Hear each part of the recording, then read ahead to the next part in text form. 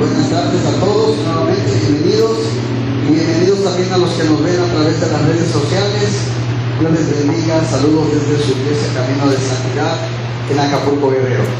Bueno, ya empezamos a estudiar el libro de Gálatas, ya empezamos con el capítulo 1. ¿Quién se acuerda en qué versículo nos quedamos la semana pasada?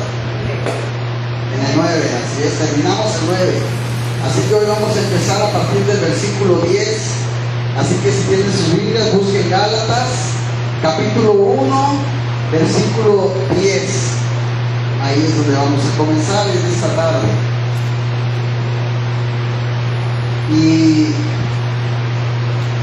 el Evangelio de Pablo, mis hermanos, sin duda, no vino de un deseo de agradar a los hombres, ¿sí? Pablo no tenía el más mínimo interés de agradar a los hombres, simplemente por el hecho de lo que se dice en sus cartas. Pues no a muchos les gustó en esa época y no muchos les sigue gustando en esta época, ¿verdad? Si yo les dijera, ¿qué prefieres que te digan? ¿Que te feliciten por algo o que te llamen la atención por algo? La mayoría o casi todos vamos a decir, pues me gustaría más que me felicitaran por algo, ¿verdad? A pocos o a casi nadie nos gusta que nos llamen la atención. Mas sin embargo, Pablo lo hace en el amor de Cristo. Y es que, hermanos, cuando nosotros entendemos cómo funciona el amor de un padre, va a sernos mucho más fácil entender cómo funciona el amor de Cristo. Los que somos papás sabemos muy bien que para nosotros nuestros hijos son el tesoro más valioso que nos pudo haber dado Dios. Incluso muchos decimos, prefiero enfermarme yo a que se enferme mi hijo, mi hija, ¿verdad? A ese grado se eleva nuestro amor. Pero ¿qué tal cuando lo regañas? ¿A poco eres muy tierno? ¿A poco no te duele a él que lo estés regañando? ¿Le agrada? No le agrada tampoco. Sin embargo, lo estás haciendo porque lo odias, ¿no? ¿Por qué le llamamos la atención a nuestros hijos? Porque los amamos. Pero más que eso, el momento que le estás llamando la atención es porque lo que hizo, por lo que lo hago, porque lo que va a hacer no es lo correcto. Y tú sabes por la experiencia que tú tienes que si lo hizo, pues lo tienes que llamar la atención para que no lo vuelva a hacer. Y si no lo ha hecho, lo estás regañando porque sabes que si lo hace, le van a salir mal las cosas, ¿verdad? Entonces lo hacemos por amor. Y de la misma manera, cuando nosotros entendemos eso, vamos a ir comprendiendo que Jesús y su palabra también nos llaman la atención por amor, porque Él no quiere que tu alma se pierda, ¿sí? Cuando Él te dice, no os hagáis esclavo del vino, ay Señor, qué aburrido eres, tú no me quieres, porque yo me quiero divertir y tú no me quieres. No, Él lo que te está diciendo es que si tú te haces esclavo del vino, vas a sufrir muchas consecuencias. Primero, a lo mejor económica, porque a veces con poquito que tengas, lo primero que vas a hacer es querer comprar alcohol. Segundo, tu físico, ¿verdad? Las personas que toman mucho, que como acabo de decir, son esclavas del vino, tienen complicaciones a mediano o a largo plazo con su salud que si nunca hubieran tomado, ¿verdad? Aparte, ¿cuántos matrimonios no se da la violencia al momento que uno o los dos puedan estar alcoholizados? ¿Cuántos accidentes en carretera no hay a causa del alcohol? Y a veces no solo es el que va tomado, a veces se lleva, como dicen por ahí, entre las patas a los que no están tomados, al del otro carro, al que iba cruzando la calle. Entonces, ¿por qué te lo dice el Señor? No os hagáis esclavo del vino, porque no te quiere. No, porque te está cuidando, ¿sí? Qué diferente sería si todos pensáramos así también, por ejemplo, en una iglesia, ¿verdad? De repente, a veces como pastores, crean, es muy difícil decir, híjole, esto que está haciendo el hermano o la hermana no está bien. ¿Cómo le digo que está mal? Pero si tú eres temeroso de la palabra de Dios, vas a ir y lo vas a corregir, ¿sí? Porque también en muchas iglesias dices, no le digas nada, porque si le dices algo, se va a ir. Y resulta que es el hermano que da 500 pesos cada domingo, ¿verdad? Entonces, ¿a qué le tiene miedo? ¿A que se vaya el dinero? ¿O realmente se preocupa por su alma? Es el dinero, ¿sí? O a veces peor, a veces no es ni siquiera el dinero, a veces simplemente es la apariencia de la iglesia. Es que si le digo se va a ir y ahora de por sí somos poquitos, yo ahora va a ser uno menos. Entonces mejor no le digo nada. Y así. Y si nos vamos del otro lado, de repente decimos, es que yo necesito un guía espiritual, yo necesito un pastor que pase a la palabra de Dios, que me pueda decir cuando yo estoy haciendo algo mal. Pero ¿qué pasa cuando el pastor nos dice algo mal? No, pues yo ya no voy a venir. Mejor me voy a otra iglesia porque aquí no hay amor. A eso le llaman que no hay amor, ¿verdad? Para muchos hay iglesias donde dice que hay amor donde no te dicen nada. Eso es amor para muchos y están en una forma errónea. Así que Pablo, mis hermanos, no está dando un evangelio por el deseo de agradar a los hombres. Lo hace con el deseo de cuidar tu alma y de que conozcas al verdadero Cristo. Así que vamos a leer primero este versículo, vamos a empezar con el 10, y dice así la palabra del Señor. Pues busco ahora el favor de los hombres o el de Dios. ¿O trato de agradar a los hombres? Pues si todavía agradara a los hombres, no sería siervo de Cristo. Fíjense qué hermosa palabra, ¿verdad? Yo te invito, hermano, a que tú esta tarde te hagas la primera pregunta. ¿Busco el favor de los hombres o el de Dios? Pastores, que no hay ninguna duda que yo busco el favor de Dios, ¿seguro? ¿Segura? Analicemos puntos importantes en nuestra vida y ahí te das cuenta si buscas agradar el deseo el favor de Dios o el de los hombres. De repente puede ser que, no sé, que a lo mejor aparece en tus redes sociales un video que habla de que los fornicarios irán al infierno o que los adúlteros irán al infierno, y muchos dicen, no lo voy a compartir en mi Facebook porque se van a enojar muchos. ¿Qué están buscando? ¿Agradar a Dios o a los hombres? ¿Verdad? A los hombres. Y así puedo ponerte muchos ejemplos donde tendríamos que entender realmente qué es lo que estamos pretendiendo. Y luego dice, o trato de agradar a los hombres, pues si todavía, ojo con esa palabra, todavía agradar a los hombres quiere decir que Pablo antes, ¿qué hacía? Pablo antes agradaba a los hombres. ¿Por qué? Porque por quedar bien con los sacerdotes del templo, con los fariseos, ¿qué hacía él? Mataba a los cristianos, ¿verdad? Estaba quedando bien con quién, con los hombres. Miren, para que vean cómo estamos haciendo la obra de matar a todos esos que creen en el tal Jesús. Vean cómo lo estamos haciendo, ¿sí? Pero ahora dice, si todavía hiciera eso, hoy no sería siervo de Cristo. Hermano, cuando tú te vuelves un siervo de Cristo, dejas de hacer muchas cosas que antes agradaban a los hombres.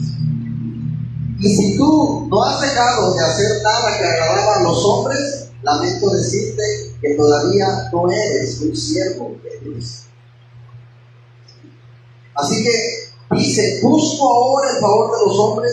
La idea de Pablo no es quiero convencer a Dios de mi punto de vista. La idea de que Dios es su público. Cuando Pablo habla primero a Dios, no al hombre, ¿verdad?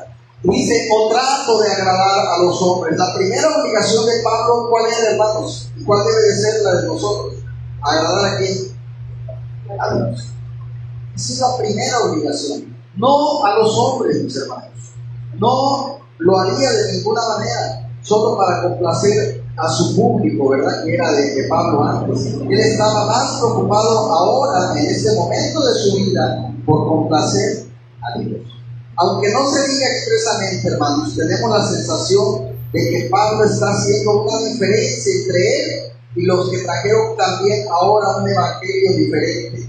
Al parecer, de alguna manera tan diferente, el evangelio fue construido alrededor de la idea de agradar al hombre, el evangelio del cual Pablo estaba combatiendo en esa época, y quizás también el que muchos combatimos en estos días, ¿sí? Así que siempre dice este escritor, y les quise compartir esto, dice, siempre ha habido predicadores que han buscado la aclamación popular por encima de todo, y hay algunos todavía, es parte de la naturaleza humana caída, que incluso aquellos que tienen la responsabilidad de proclamar el Evangelio pueden caer en la trampa de tratar de ser popular y no creer.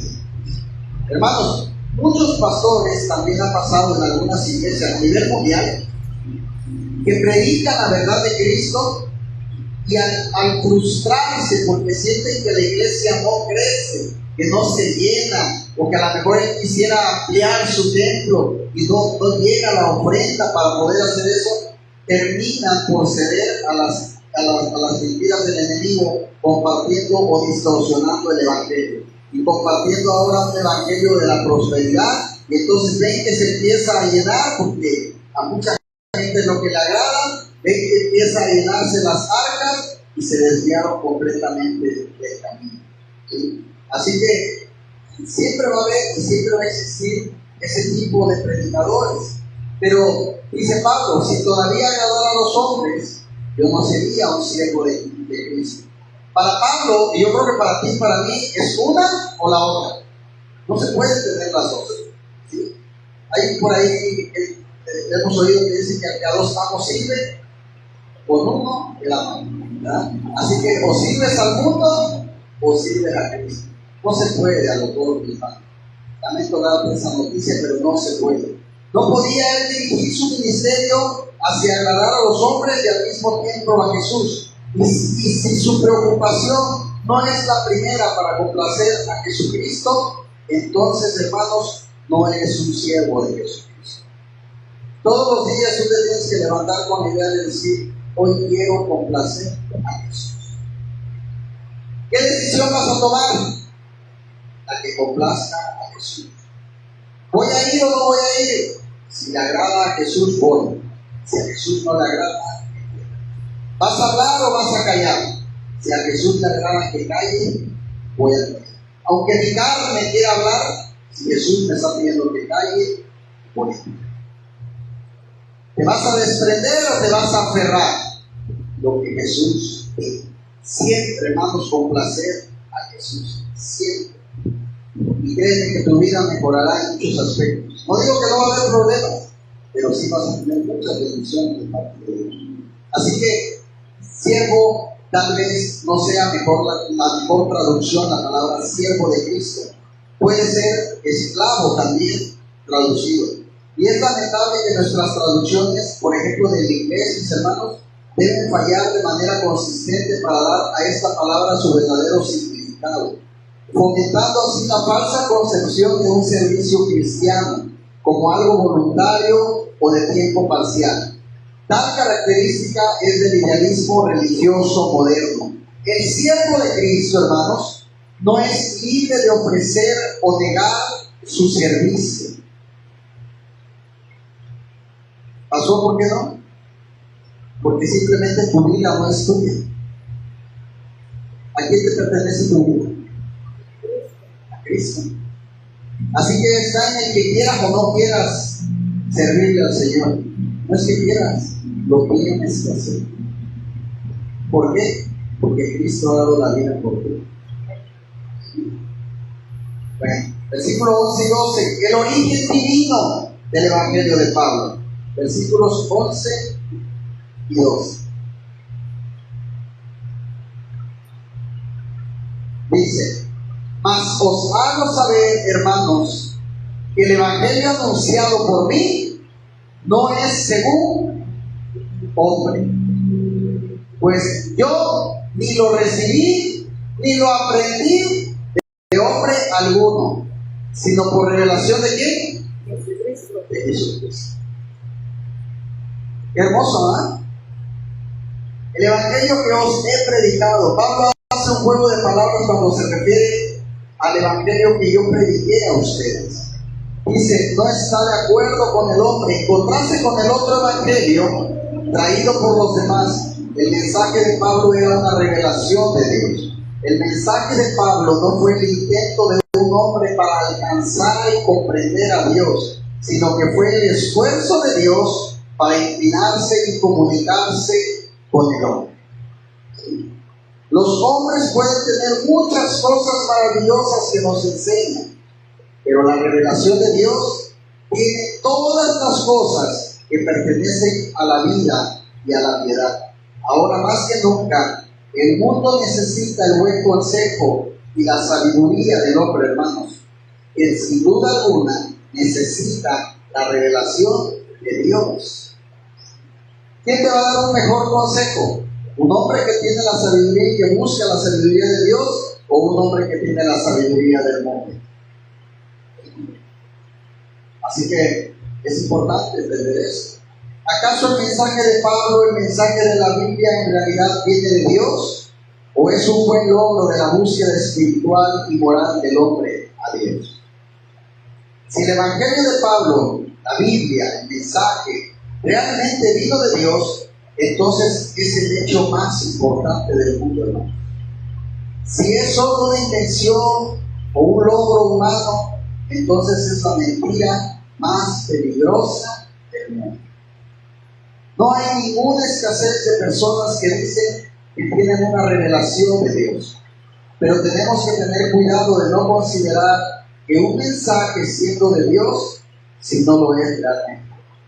¿Cómo podemos saber que la Biblia es realmente de Dios y no del hombre? En primer lugar, sabemos que la Biblia es confiable, precisa, confiable como un documento antiguo. Sabemos esto porque el texto en sí es fiable.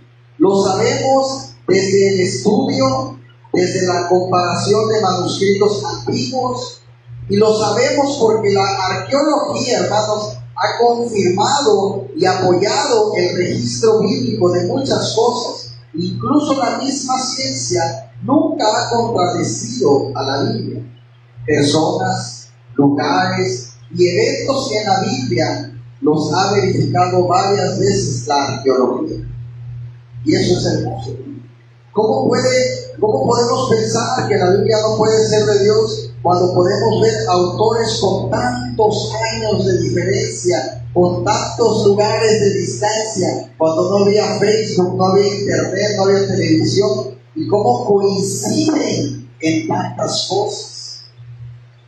Es hermoso, es increíble. Es como si, les pongo un ejemplo, si yo ahorita escribiera que aquí hay 3 lonas, verde, azul y negra, y de repente alguien en China que yo no conozco dijera, en Acapulco hay 3 lonas, negro, azul y verde. O sea, imagínense, es un ejemplo tonto si ustedes lo quieren llamar, pero a eso me refiero. O sea, ¿cómo puede haber ese conocimiento que se pudo complementar con alguien que ni siquiera, con gente que ni entre ellos se conocían, con gente que fueron años, miles de años de diferencias?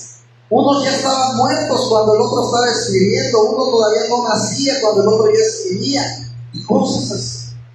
Las profecías sobre la venida de Jesús, cómo todo se fue cumpliendo al pie de la letra miles de años antes de que Jesús viniera.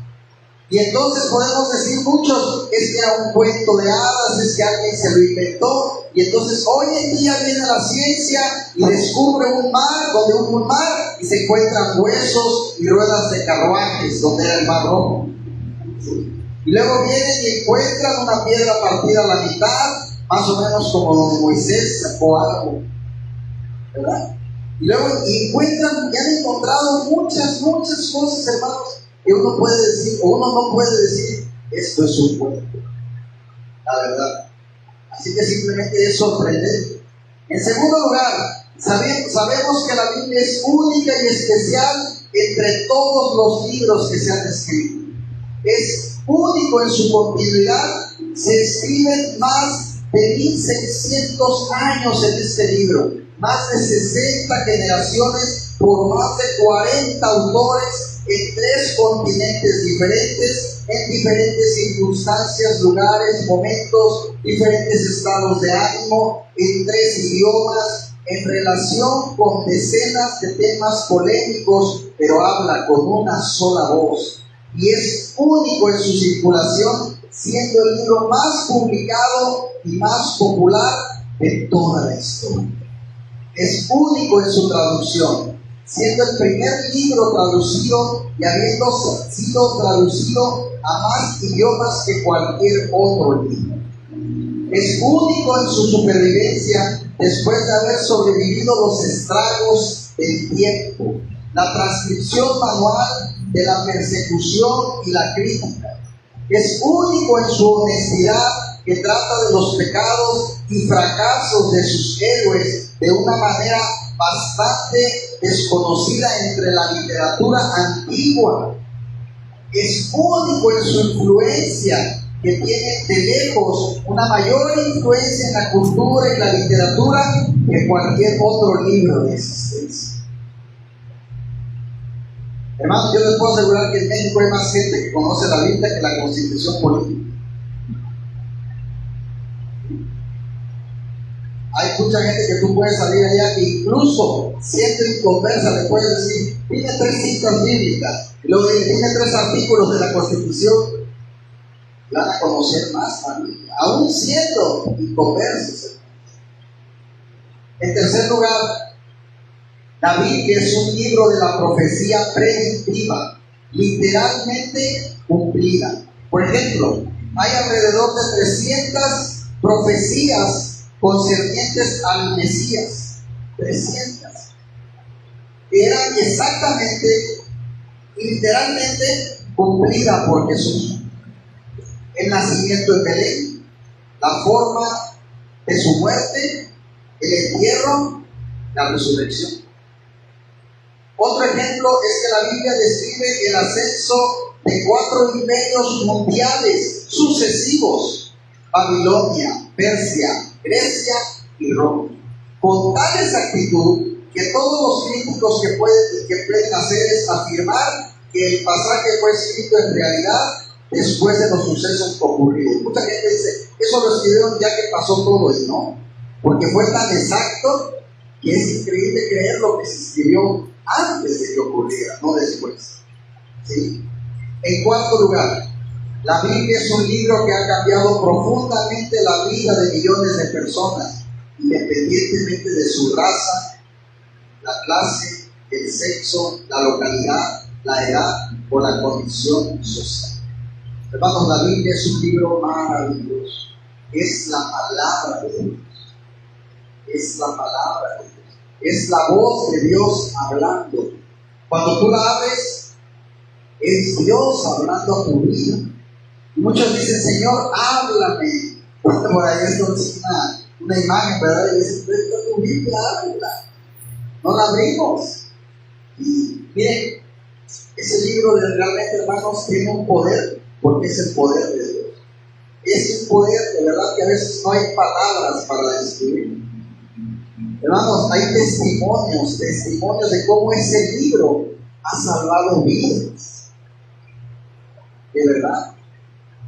Yo no sé si les he platicado alguna vez, pero yo tengo una experiencia muy bonita con una Biblia en particular. Hace muchos años, un día, siendo yo adolescente, no me acuerdo, 12 o 13 años, mi mamá me regaló una Biblia. Yo no conocía de Cristo. Sí conocía de Cristo, miento, porque algunos les he platicado que yo estudié en primaria y secundaria de monjas, así que conocía de Cristo, pero no era algo que me apasionara. Y mi mamá me regaló una Biblia que decía, hijo, en este libro están las palabras de vida que te pueden ayudar siempre a salir adelante, aunque yo ya no esté. Y traía la fecha. Hermanos, esa Biblia, así como me la regalaron, así la guardé. Y no les miento, yo calculo que unos 10, 12 años después, un día yo me sentía muy mal.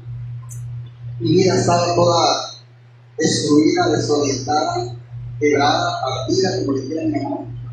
No tenía sentido. Y no sé por qué me dio por revisar un cajón. Estaba sacando cosas viejas y encontré ese libro. Y en el momento que yo leí simplemente la dedicatoria, yo lloré profunda. Y la empecé a abrir, y la empecé a leer, y sentía como Dios, en ese momento que yo estaba muy quebrantado, me abrazó y me dijo, yo te amo. Yo te amo. Y he estado aquí guardado en este cajón más de 10 años esperando este momento. Un libro. ¿Qué poder tiene ese libro que me quebrantó en ese momento? Es que no es un libro cualquiera, es la palabra de Dios. Y yo te voy a decir algo. Hace exactamente 2 años, mi hija cumplió 15 años. Yo no sabía qué regalarle. Y le dije, le voy a regalar una Biblia la más hermosa que encuentre para una mujer. Y le puse una dedicatoria y le puse algo muy similar a lo que me puso mi madre. Le puse, hija, aquí vas a encontrar la palabra y el amor de Dios. El día que yo ya no esté, Dios va a ser más feliz siempre. Y aunque yo ya no esté, Dios va a seguir siempre ahí. Le puse la fecha.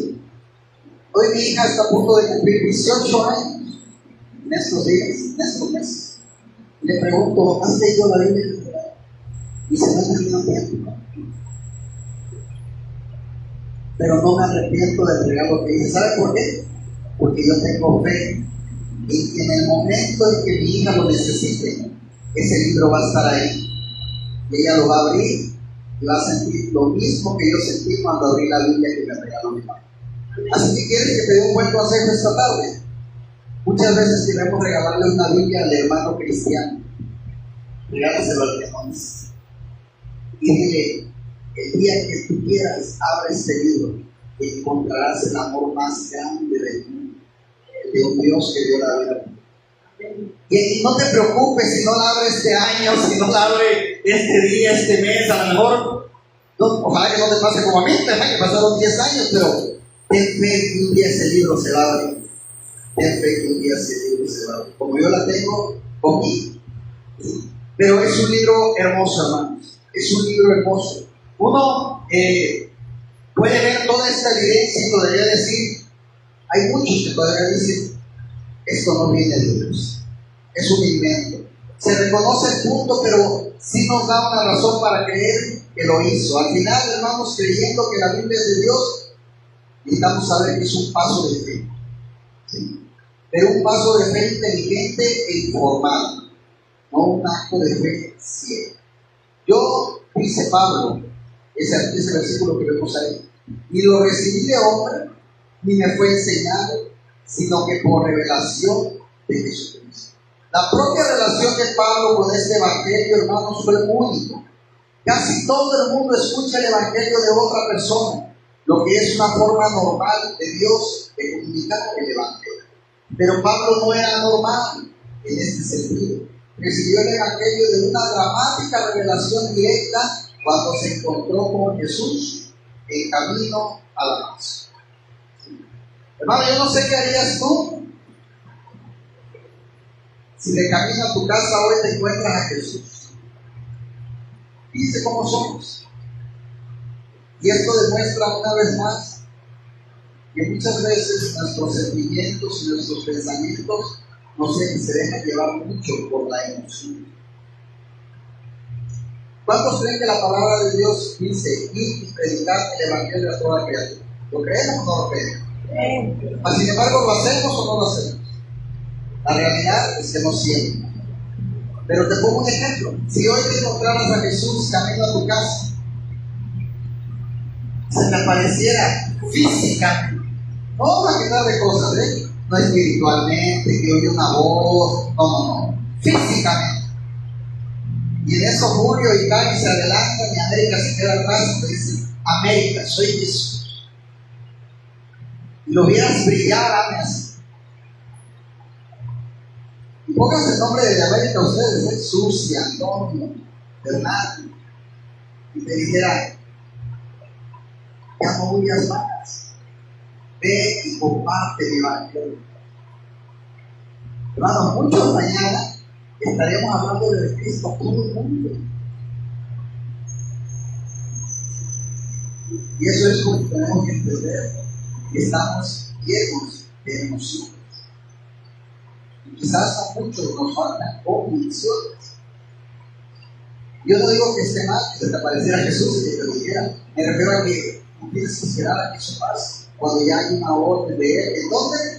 En el libro poderoso que acabamos de mencionar, en la Biblia. ¿Sí? Así que Pablo, por eso dice, me fue revelación de Jesús. A Él lo vi. ¿Sí? Hechos 9:1-9 describe este notable incidente. Dice: el Señor Jesús habló a Pablo directamente en el camino a Damasco. Y luego Pablo pasó 3 días sin ver, antes de que un cristiano llamado Ananías viniera a él. Y fue probablemente, hermanos, durante ese tiempo, no sé si en la carretera o no sé si en los 3 días que Pablo no vio, cuando Jesús trajo a Pablo su evangelio. Pablo ciertamente tenía el evangelio de inmediato, porque era a la vez salvo, y comenzó a predicar inmediatamente el mensaje que Jesús le dio. Hermanos, Pablo no esperó años para empezar a predicar. Pablo lo empezó a hacer en cuanto sanó de su vista.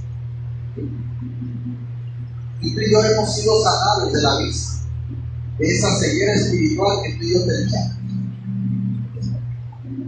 Pablo no recibió instrucción de Ananías. Pablo ya había sido llamado, iluminado y enseñado por Cristo en el camino. Su contacto con Ananías era simplemente un testimonio del hecho de que Pablo había sido llamado a Cristo para predicar el evangelio. Yo te quiero hacer una pregunta esta noche, hermano.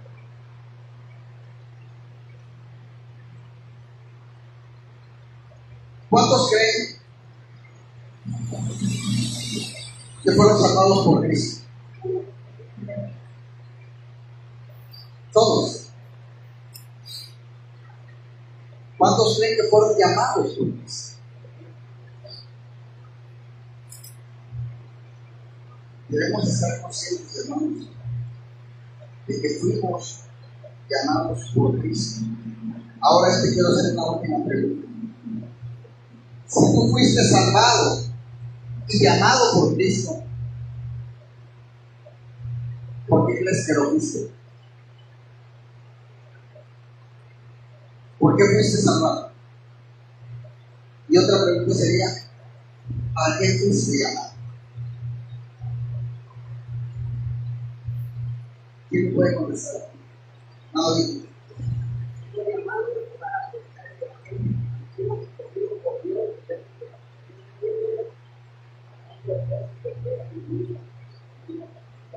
Me quedé nada más el último. ¿Para un propósito de qué?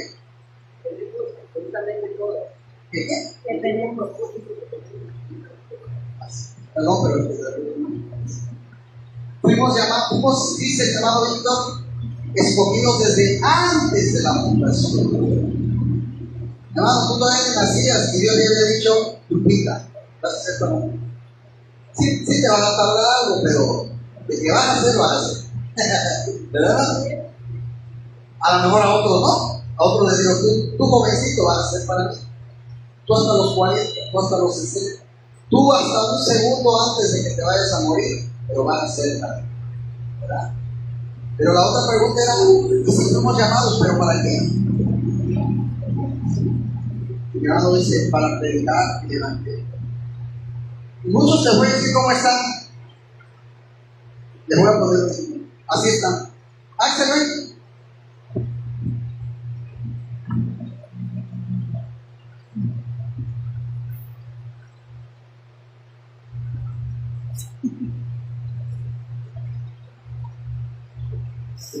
Siéntate. Así están.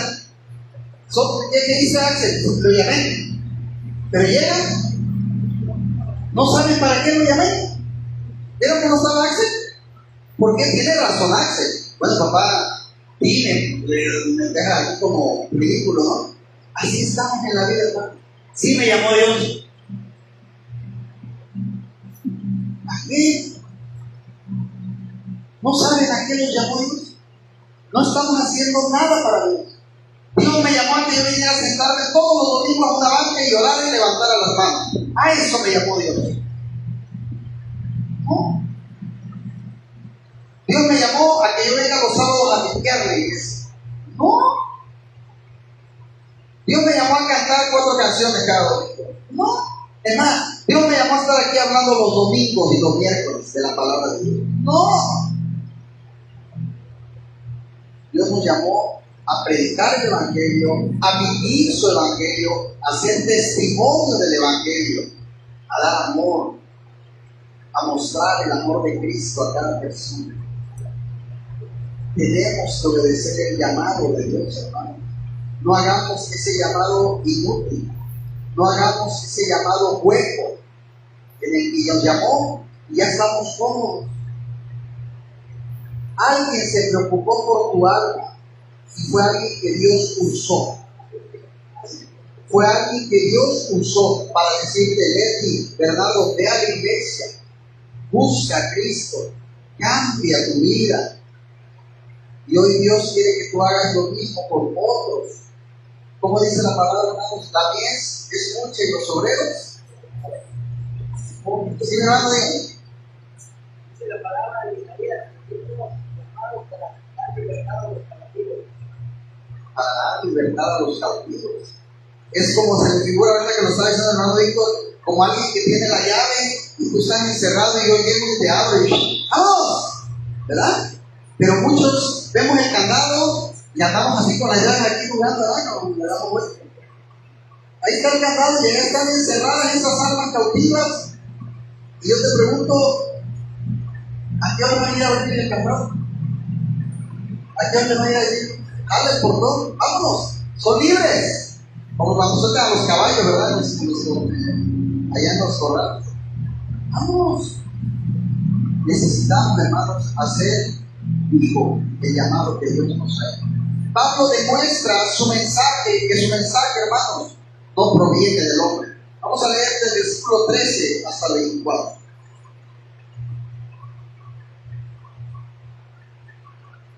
Porque ya habéis oído acerca de mi conducta en otro tiempo en el judaísmo, que perseguía sobremanera a la iglesia de Dios y la asolaba. Y en el judaísmo aventajaba a muchos de mis contemporáneos en mi nación, siendo mucho más celoso de las tradiciones de mis padres. Pero cuando agradó a Dios, que me apartó desde el vientre de mi madre y me llamó por su gracia, revelar a su Hijo en mí, para que yo le predicase entre los gentiles, no consulté enseguida con carne y sangre, ni subí a Jerusalén a los que eran apóstoles antes que yo, sino que fui a Arabia y volví de nuevo a Damasco. Después, pasados 3 años, subí a Jerusalén para ver a Pedro y permanecí con él 15 días. Pero no vi a ningún otro de los apóstoles, sino a Jacobo, el hermano del Señor. En esto que os escribo, he aquí delante de Dios que no miento. Después fui a las regiones de Siria y de Sicilia, y no era conocido de vista a las iglesias de Judea que eran en Cristo. Solamente oían decir: aquel que en otro tiempo nos perseguía, ahora predica la fe que en otro tiempo asolaba, y glorificaba a Dios en mí. Fíjense nada más. Qué tremendo. Porque habéis oído, hermanos, todo el mundo había oído cómo Pablo llegó al Señor. Mira, era una historia, como decía por ahí, era un chisme de lavadero conocido por todo el mundo. ¿Sí? La historia de Pablo era familiar para los cristianos, en general y en especial a los que había ministrado él personalmente. Podemos confiar en que si Pablo estaba entre un grupo de un pueblo por un tiempo predicando el Evangelio, no pasaría mucho tiempo hasta que él también les compartía su testimonio personal. ¿Sí? El valor de un testimonio, hermanos, no se limita a aquellos que tienen una historia dramática como Pablo lo hizo. Podemos ver la gloria de la obra de Dios tanto en aquellos que piensan un testimonio aburrido. Hermano, ningún testimonio es aburrido. Ninguno. Porque así como para mí, y de verdad, hoy lo pongo entre mi top 5 de testimonios incluido el testimonio de mi hermano Nico, es asombroso, ¿verdad?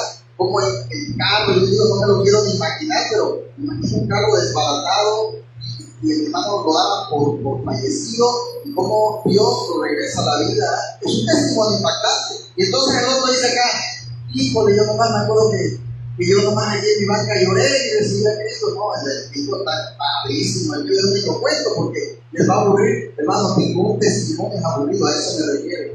Ningún testimonio es menos que otro, porque simplemente es el milagro del poder de Dios alcanzando tu vida. Eso simplemente ya es digno de mencionar, ¿sí? El milagro de Dios. Mi conducta anterior en el judaísmo, dice, como yo perseguía de sobremanera la iglesia de Dios y trataba de destruirla. Hermanos, las credenciales de Pablo, como un celoso judío persiguiendo cristianos, está fuera de duda. Describe la persecución que Pablo hizo a los cristianos. Hermanos, Pablo era un hombre despiadado. Tú hoy ves a gente que mata porque simplemente te la atravesaste. Pero Pablo te mataba por el hecho de que supiera que tú creías en Jesús. Y la Biblia no menciona, pero pudo haber sido diferentes tipos de muertes. Cortarte la cabeza, enterrarte una espada, no sé, arrastrarte con caballo, quemarte, quemó casas con familias completas, porque alababan a Dios. El escritor de muchos libros del Nuevo Testamento quemó familias, hermanos. Y eso Pablo lo habla. Y esto demuestra que Pablo, hermano, no estaba buscando alguna otra verdad cuando se enfrentó por primera vez con el Evangelio. Muchos de los que están buscando una nueva revelación les resultarán y encontrarán el engaño que les aleja de Jesús. No sé si alguien ha oído hablar de Joseph Smith, el fundador de la Iglesia Moderna. Decíamos, entre comillas, engañando, adulterando un evangelio que no es. Dice Pablo, pero cuando agrado a Dios. Pablo no vino a Jesús porque ningún hombre decidió que debería. No era el placer de ningún hombre, pero cuando agradó a Dios. Además, Dios no escogió a Pablo porque había algo que a Dios le agradara de Pablo.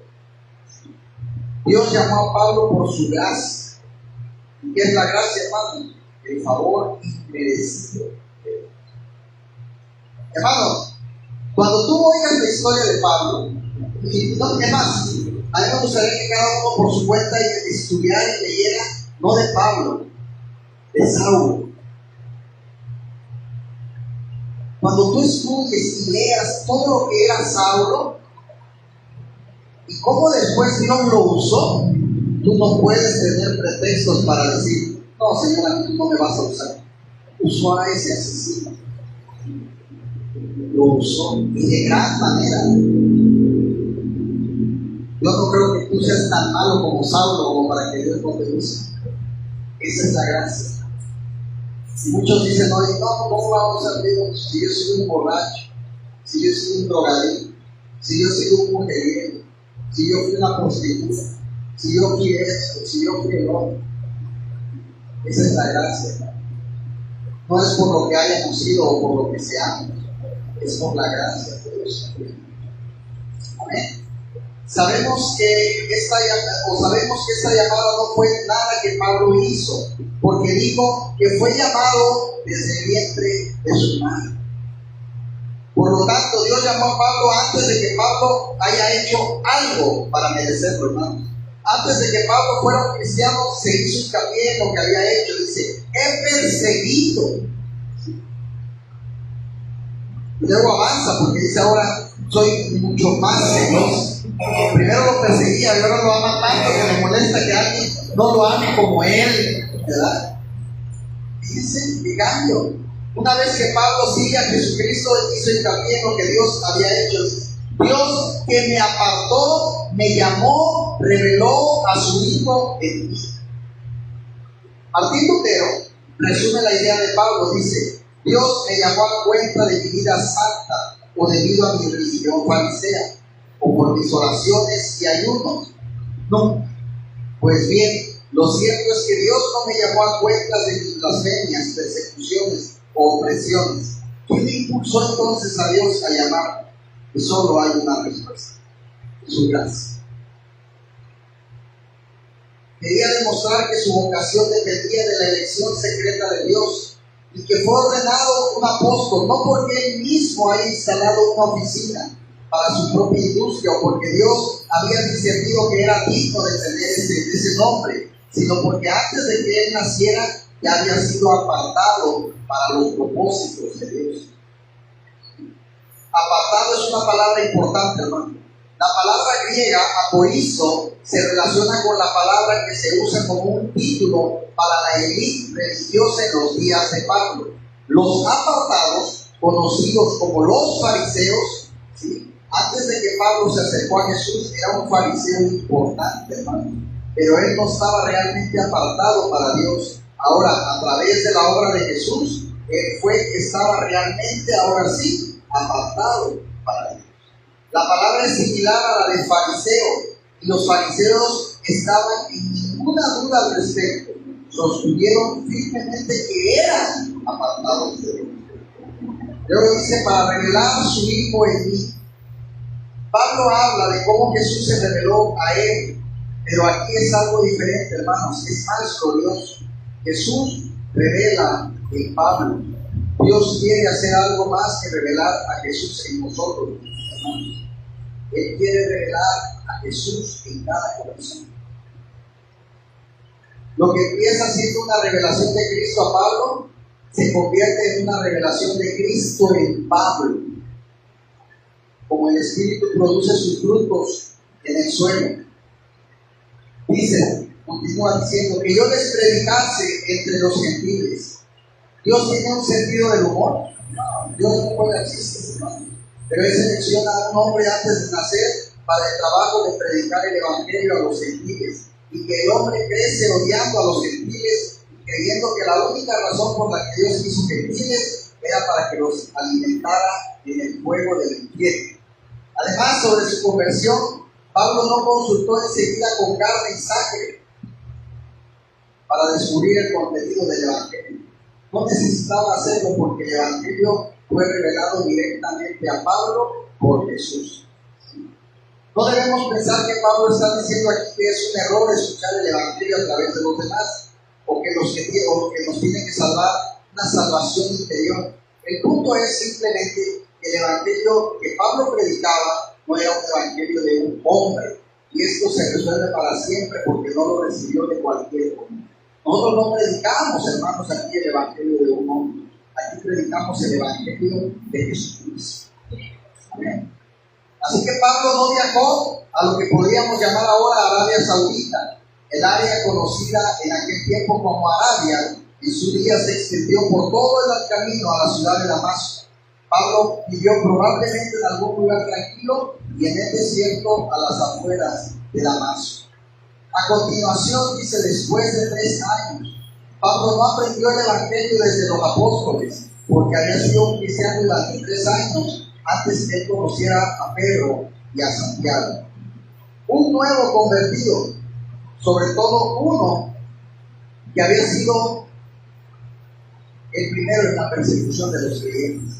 Seguramente tocar la base con los líderes del movimiento que ahora se defendían, aunque solo sea para asegurarse de que ahora tenía una comprensión correcta de lo que estaba enseñando en el movimiento cristiano. Pero Pablo no hizo eso.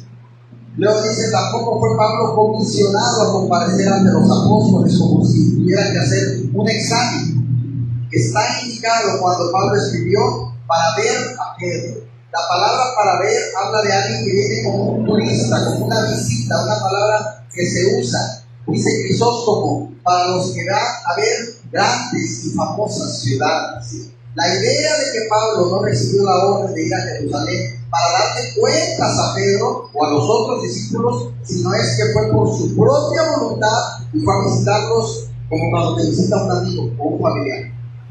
Voy a visitarlos, quiero conocerlos. ¿Sí?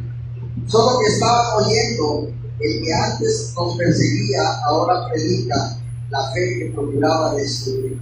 Si Pablo no aprendió el contenido esencial del Evangelio de cualquier hombre, entonces también es cierto que los primeros cristianos eran lentos en aprender, Solo que Pablo estaba en Jesús y Jesús en él.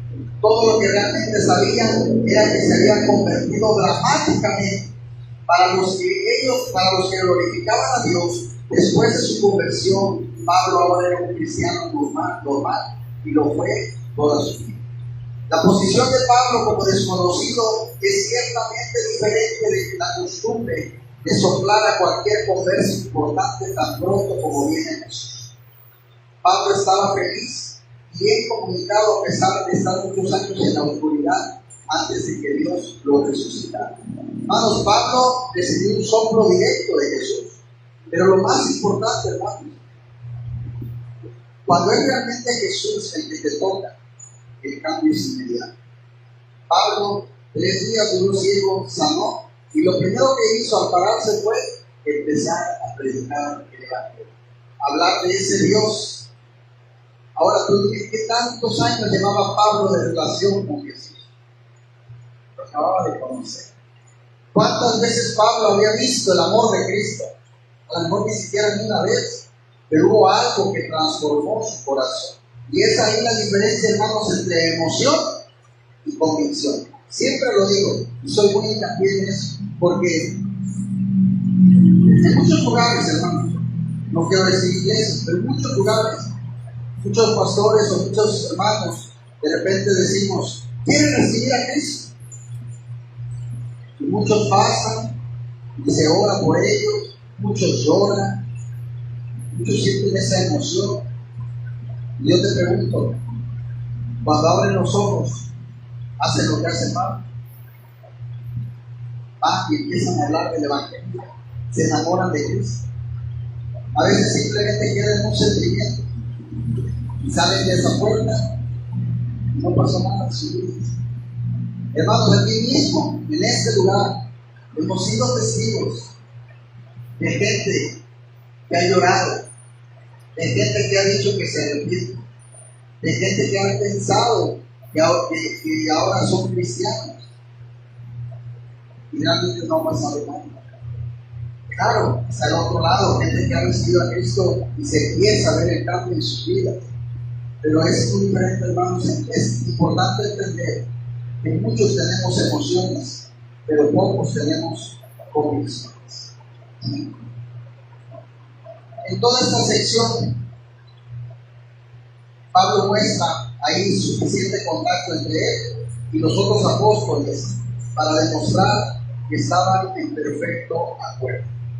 Pero no tanto que sería una muestra de que Pablo consiguió su evangelio de ellos en lugar de Dios. Para terminar, Pablo en la segunda parte de este capítulo, sin duda todo lo que vive es importante, su evangelio es verdadero, su experiencia fue válida. ¿Por qué? Porque viene de Dios. ¿Su evangelio viene de Dios o has hecho a ti mismo? ¿Su experiencia cristiana viene de Dios o la has hecho a ti mismo? Hermanos, solo lo que viene de Dios realmente nos puede salvar. La psicología es ciencia humana y ayuda, pero no puede salvar tu alma. Solo Dios puede salvar tu alma. Solo Dios puede hacer una diferencia que realmente marque un antes y un después en tu vida. Yo conozco muchas personas, hermanos, que han ido a esos famosos retiros espirituales y regresan y tú ves cambios en sus vidas, pero solo son cambios por un tiempo. He conocido mucha gente que va a terapias psicológicas y terminan sus terapias y ves cambios en sus vidas, pero es por un tiempo. El único que puede hacer realmente un verdadero cambio en tu vida permanente y para siempre es Cristo. Solamente Él, nadie más. Solamente Dios puede cambiar tu carácter. Solamente Dios puede quitarte el pecado por el cual hoy no estás encadenado. Pero yo te quiero decir algo esta noche. Yo no sé a qué pecado sigas amarrado. Y no necesito que me lo confieses a mí, ni al hermano que tienes a un lado. Pero sí sería bueno que esta noche platiques con el Señor. y le diga: Señor, a ti no te puedo esconder nada. Y tú sabes que mi punto débil sigue siendo ese. Me doy cuenta que yo no puedo, Padre. Lo he intentado con mis fuerzas y sigo sin poder librarme de este pecado. Por lo tanto, Señor, hoy decido entregártelo a ti. Yo no quiero sentir vergüenza que cuando yo ore me sienta hipócrita por orar y por al mismo tiempo estar de fallado. Ya no quiero, Señor. Te quiero entregar eso que no puedo, porque yo sé que con tu Espíritu yo voy a poder. Mayor es el que está en mí que el que está en el mundo. Mi hermano, si Dios pudo salvar al peor de los asesinos de cristianos que ha habido, Dios lo puede hacer. Para Dios nada, escúchalo bien, nada es imposible. Porque tenemos un Dios que es el Dios de lo imposible. Es un Dios que todo lo puede. Dice la palabra de Dios que para el que cree, todo es posible. ¿Cuántos creen que Dios te puede hacer libre de cualquier cosa que te tenga atado? Todo. Pastor, es que mi carácter, déjaselo a Dios. Pastor, es que mi orgullo, déjaselo a Dios. Pastor, es que mi vicio, déjaselo a Dios. Pero comprométete con eso. Y el Señor, vamos a hacer un trato. Tú me ayudas a librarme de ese pecado y yo voy a vivir para ti. No me voy a esperar tanto tiempo. Así como Pablo, en cuanto empezó a ver, mi alma te servirá. Amén. Vamos a ver. Padre, te damos gracias, Señor, por este día, por este estudio, por este capítulo 1 del libro de Gálatas, Padre. Gracias, Señor, por lo que día a día sigues enseñando. Señor, de verdad, no dejo de asombrarme con este libro tan maravilloso y tan poderoso que es tu palabra. Señor, danos el hambre para abrirla y leerla, no solamente estando aquí, sino también allá en nuestros hogares, Padre. Señor, líbranos de nuestros pecados.